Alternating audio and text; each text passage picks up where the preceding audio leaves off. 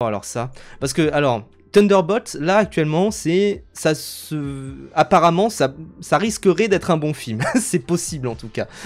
C'est possible que ce soit un bon film parce que j'ai vu que ça avait 95% sur Rotten Tomatoes.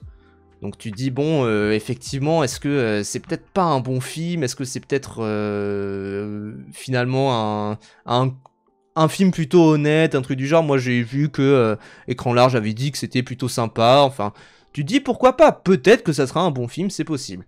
Mais par contre il y a un truc, parce que la campagne promotionnelle par contre de Thunderbolts est quand même assez, enfin il y a rien qui dépasse, elle est vraiment bien faite, c'est-à-dire que les affiches sont toutes vraiment cool, même l'affiche finale elle est vraiment chouette, tu te dis quand même c'est plutôt sympa quoi, c'est plutôt, enfin ok, il y a quand même quelque chose qui se passe, et effectivement, bah, il donne un peu plus envie que les autres, parce que il y a l'impression d'avoir une vraie réal, d'y avoir une vraie direction photo, etc. Moi, je pense que j'irai le voir, hein. Enfin voilà, peut-être en screener, mais j'irai le voir. Enfin voilà, j'aurai des trucs à en dire.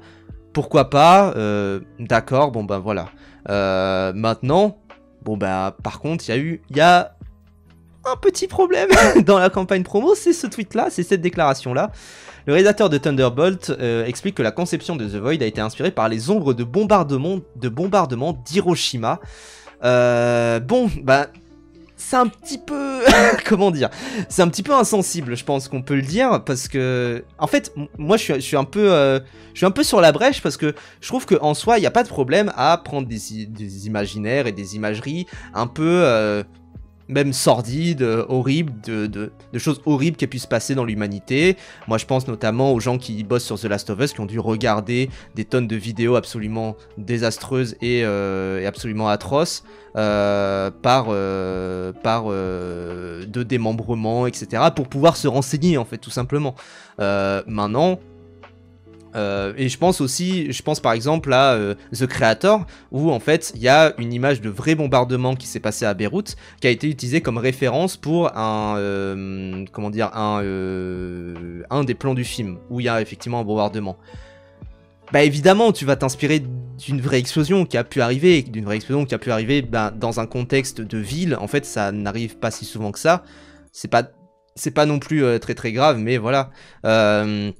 Par contre, il y a une sensibilité à avoir et il y a quand même un tact à utiliser, parce que moi du coup j'ai lu l'article et en fait le truc c'est que dans l'article ils disent ah oui effectivement on s'est inspiré des images d'Hiroshima. Bon après je vais plutôt vous parler du rendu graphique qu'on a utilisé pour ça. Bon bah c'est pas non plus, enfin un petit peu de tendresse, un petit peu de cœur, un petit peu de voilà, il y a quand même des gens qui sont morts. Tu peux dire effectivement on s'est inspiré des images les plus horribles de l'humanité pour pouvoir faire ce qu'on fait. Bon, c'est pas non plus... comment dire, il n'y a même pas de truc en mode, bon, on n'en est pas fier, tout ça. Mais on voulait donner ce sentiment de quelque chose d'absolument horrible. D'accord, t'es obligé dans l'art d'avoir des références, c'est normal, mais dis pas ça non plus. Bah bien sûr, voilà, c'est ça aussi. Et il y a ce côté où, évidemment, que... c'est pas non plus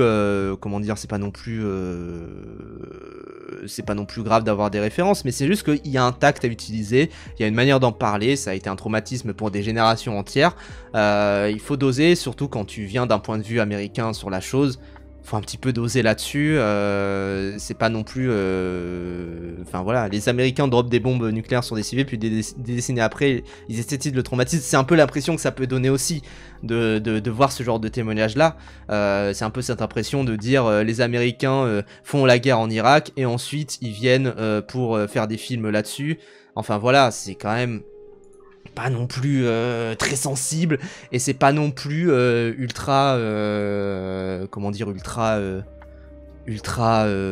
humain en fait, tout simplement. Et je trouve que effectivement dire ah oui on s'est un peu inspiré d'Hiroshima, en plus il aurait pu tout à fait dire, enfin j'avais fait des tweets là-dessus, il aurait pu tout à fait dire bon bah on s'est inspiré d'Hiroshima, mais on s'est inspiré aussi de Pompéi, on s'est inspiré aussi de plein de catastrophes naturelles ou causées par l'homme qui ont pu arriver et qui ont pu être tout à fait désastreux. Ça évidemment il aurait pu l'anglais sous cette manière là de le dire.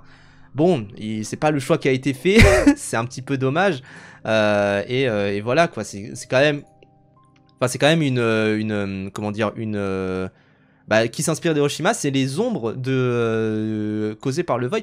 Pour le coup, voilà, c'est un effet, moi je trouve, enfin l'effet on peut en juger, l'effet il est absolument incroyable, c'est vraiment un effet où faut le voir en mouvement, hein. Bien sûr, je vais essayer juste de choper le trailer avant, tac, pourquoi j'ai des groupes d'onglets? Oh non, oh putain, bref, pardon. Mais en gros, ouais, l'effet il est vraiment cool, tu vois, il est vraiment très sympa à voir, et il le détaille, et effectivement, quand il le détaille, tu te dis, effectivement, c'est vraiment très cool à voir, etc. Enfin, il y a vraiment quelque chose qui se passe. Pour autant, il y a un moyen d'en parler qui est plus sensible, quoi. Voilà, cet effet-là, tu sens vraiment qu'ils se font vaporiser, en fait, et ça, c'est vraiment unique à voir. À la photo, en vrai, plus je la vois, moi, je suis convaincu. Mais bon, à voir. Et en tout cas, c'est aussi... Enfin, il y a évidemment... Enfin, pareil, vous voyez, il y a une explosion qui se fait là, dans un immeuble. Bon, de quelle explosion tu peux t'inspirer dans un immeuble pour faire ça? Il y en a une qui s'est passée à New York. Bon, pourquoi pas. Mais voilà, il y a des manières d'avoir des références vraiment même absolument horribles par endroits. Et ça, voilà, vous voyez... le truc, et pour le coup il détaille le procédé en mode oui, si on fait image par image, en fait c'est vraiment ça se passe en genre 2 images, un truc du genre, et c'est très important de le faire en 2 images, et ça pourquoi pas de développer là-dessus et de dire effectivement comment ça se passe, comment ça se met en place, etc.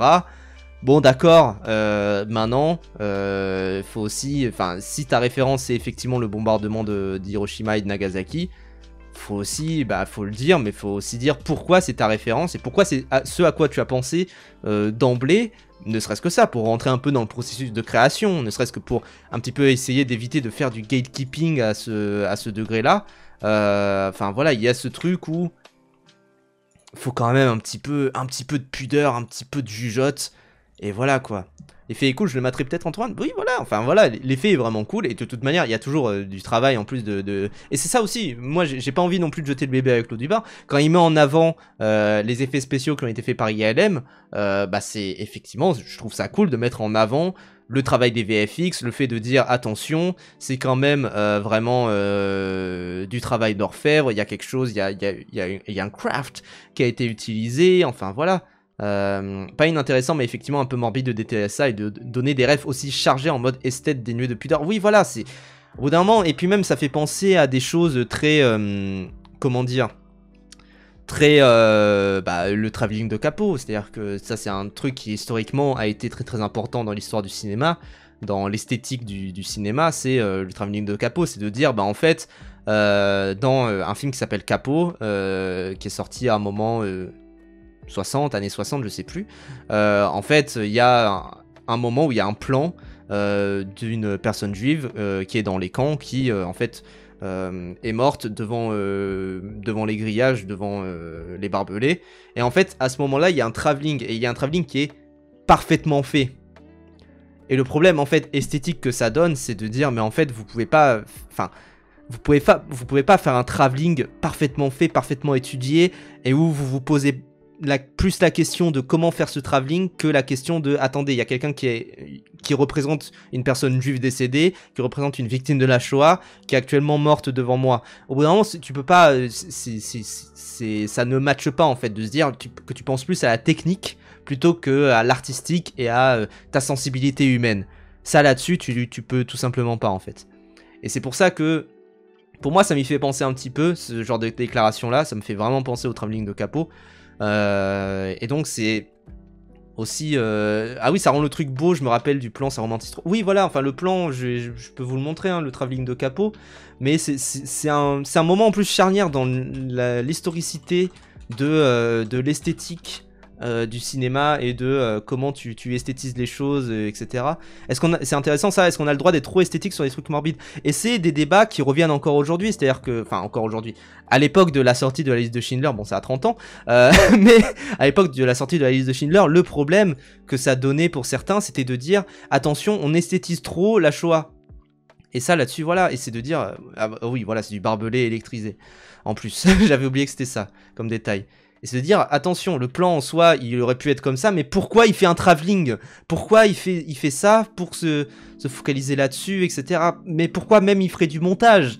En fait, au bout d'un moment, c'est des questions qui sont très importantes, et c'est pour ça que c'est quelque chose qui est ultra sensible, ultra important oui, et c'est Godard notamment qui l'a théorisé. Je sais plus, enfin, il y avait une phrase, il y avait quelqu'un qui disait la morale le travelling est affaire de morale, et Godard avait répondu la morale est affaire de travelling, un truc du genre, ou c'est l'inverse, je sais plus exactement. Je vous avoue que je vois pas trop le rapport, parce que quel intérêt de faire un mauvais travelling, autant ne pas trop romantiser la Shoah en général dans le cinéma, non? Bah tout à fait, mais c'est à cause de ça que c'est justement parce que tu dis ce genre de réflexion là. Oui, pardon, c'est vrai que je lis en boucle le truc. Pardon, c'est vrai. On revient sur Thunderbolt. Mais oui, gameplay Subway Surfer, le travelling de Capot qui se met en dessous. Voilà. Ah, c'est Jacques Rivette, pardon, c'est Jacques Rivette. Et c'était pas Godard qui lui avait répondu? Je sais plus, bref.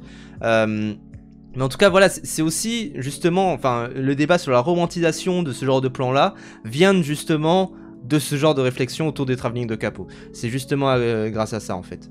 Et voilà, Fitzcarraldo qui dit que le débat revient aussi sur les films de guerre, évidemment. Enfin voilà, morte sur un grillage électrique dans une scène qui fait du mouvement de du mouvement pour suivre le personnage. Quand elle marche, la caméra bouge, quand elle s'arrête, la caméra est fixe. Le mouvement est moralement douteux et on le voit d'autant plus que ça fait passer dans la mise en scène. Tout à fait, c'est-à-dire que il y a aussi ce côté... Ah voilà, Godard a dit le travelling est affaire de morale, mais le texte sur Capot de l'abjection vient de Rivette. Voilà, c'est ça, merci beaucoup Molloy. Et du coup, je crois que dans le texte de Rivette, ça dit la morale est affaire de travelling, et Godard répond le travelling est affaire de morale. Il me semble que c'est ça. Et en fait, c'est ça aussi, c'est-à-dire que de se dire, quand elle marche, la caméra bouge, et quand elle s'arrête, la caméra est fixe, et à la limite, tu peux faire un plan au final qui est absolument... qui fait froid dans le dos.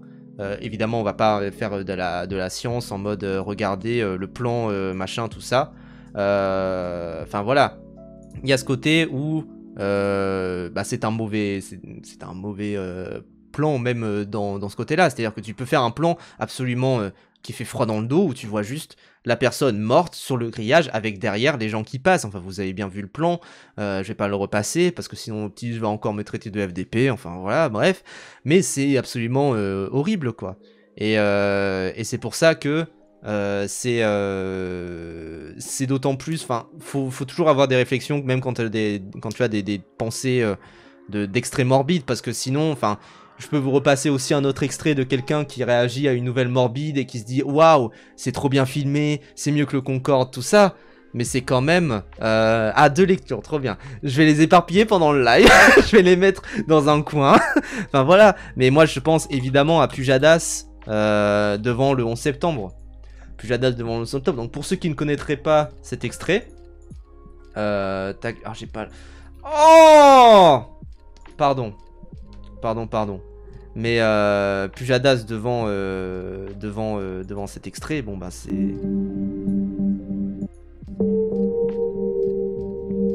Regardez. Ah s'il vous plaît. Non, c'est pas la vidéo. Ah, pardon. 56, une première dépêche AFP vient de tomber.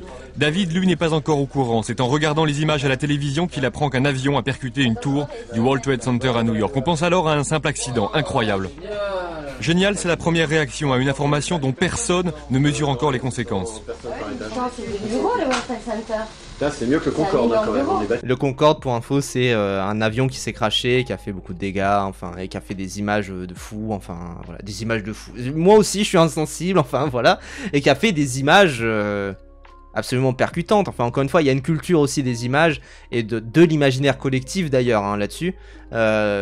Qui est quand même assez qui fait froid dans le dos en fait, de se dire bah en fait comment dire, comment est-ce qu'on reçoit ce genre d'image là et comment est-ce que on les entend et la sensibilité qu'on peut avoir. Et voilà.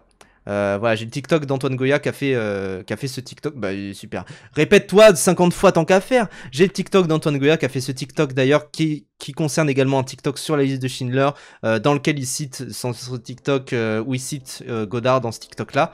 Mais du coup moi je suis curieux parce que effectivement, alors c'était le gros débat qu'il y avait autour également de la liste de Schindler.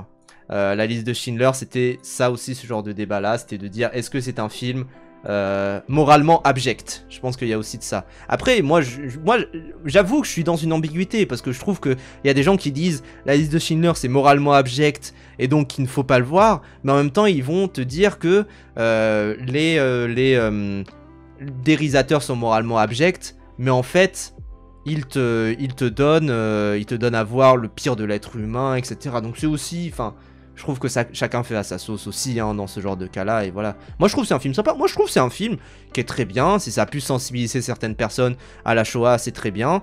La scène de la douche, effectivement, moi j'avoue je m'en souviens plus du tout de cette scène de la douche, pour moi c'était un détail. Mais voilà, si je peux être l'avocat du diable, les médecins aussi sont désensibilisés aux images à force de traiter des trucs horribles toute leur carrière. Bah bien sûr.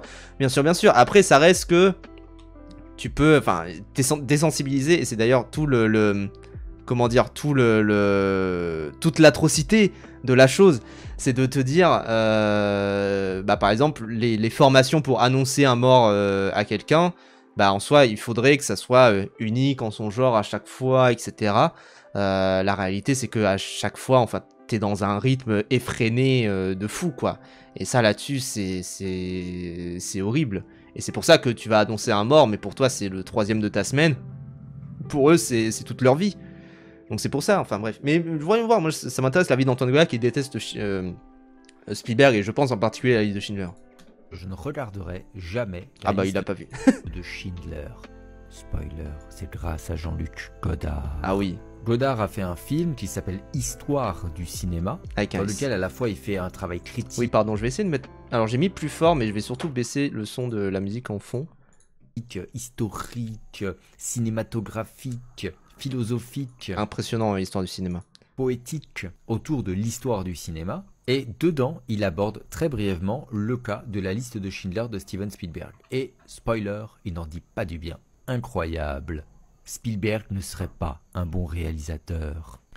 Alors, c'est surtout peut-être pas un bon réalisateur, mais c'est ce côté un être humain sensible aussi. Enfin, et ce côté-là, enfin, il serait peut-être pas un être humain sensible à ça. Alors, même s'il a essayé un maximum de le faire, mais il a quand même essayé un maximum de rentrer dans une sensibilité propre et de vraiment faire les choses bien. Le fait que ça soit un film en noir et blanc, le fait qu'il y ait une vertu un peu plus documentaire, même si on reconnaît quand même son style, il a quand même essayé de faire les choses bien parce que c'est un sujet spécial. Et c'est pour ça que pour moi, les gens qui expédient ça en mode « Ah bah c'est un énième film Spielberg et il a voulu faire une production Spielberg sur un des plus grands drames de l'humanité », je trouve qu'il force un petit peu, il y a une nuance à apporter là-dessus. Ça parle aussi de sa vie, tout à fait. C'est aussi parce qu'il a vu des archives de ses parents et qu'il a vu sa propre histoire en tant que juif, qu'il peut en parler. C'est aussi pour ça que moi, je n'ai pas envie de l'expédier en mode il y a des bons juifs, les mauvais juifs. Enfin, je trouve que c'est là-dessus, et de dire oui, la liste de Schindler, c'est pas bien, mais le fils de Saul, c'est super bien. Je trouve que c'est ridicule. Enfin, soyons honnêtes. Comment ça passe sur TikTok, mais j'ai envie de vous montrer l'extrait dans son intégralité, histoire de comprendre un peu de quoi parle Godard.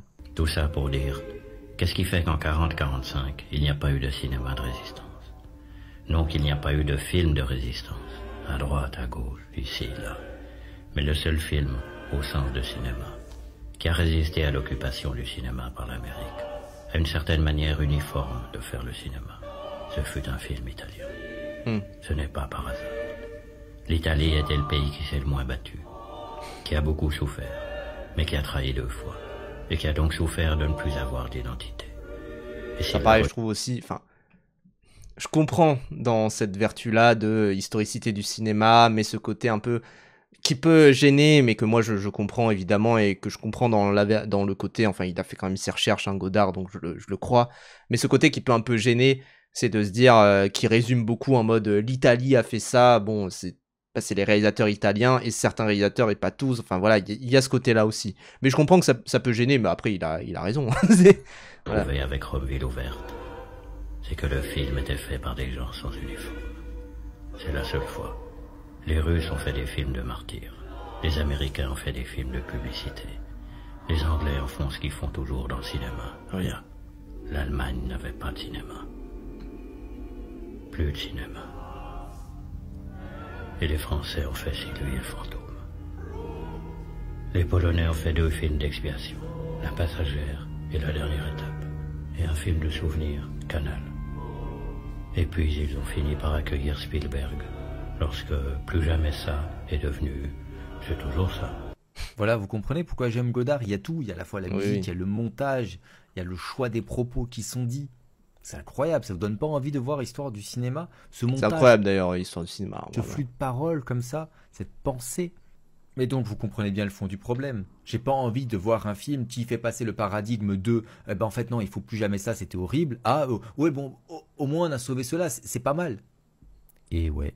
Et oui.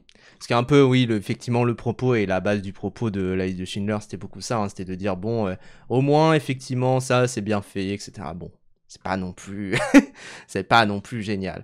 Mais voilà, effectivement, il y a ce côté où un peu de sensibilité ne serait peut-être bon pour Thunderbolt en tout cas.